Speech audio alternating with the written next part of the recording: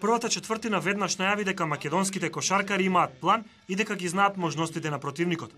Капитенот Врбица Стефанов ја презема контролата, решен да не му се повтори дуелот со Франција кога не постигна ниту поен. Со 10 во стартниот период и обезбеди водство на Македонија од 18-14.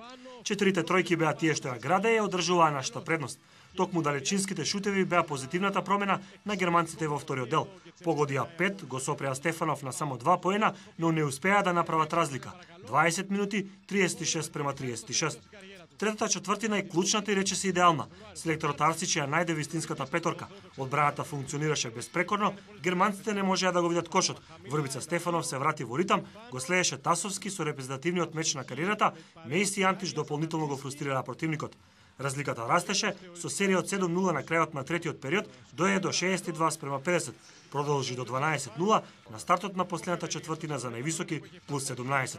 Германците форсираат тројки, главно промашуваа, ниту еднаш не спуштија по 10 разлика. Нашите репрезентативци со долг напад мирно реализираа за конечен триумф 86-75.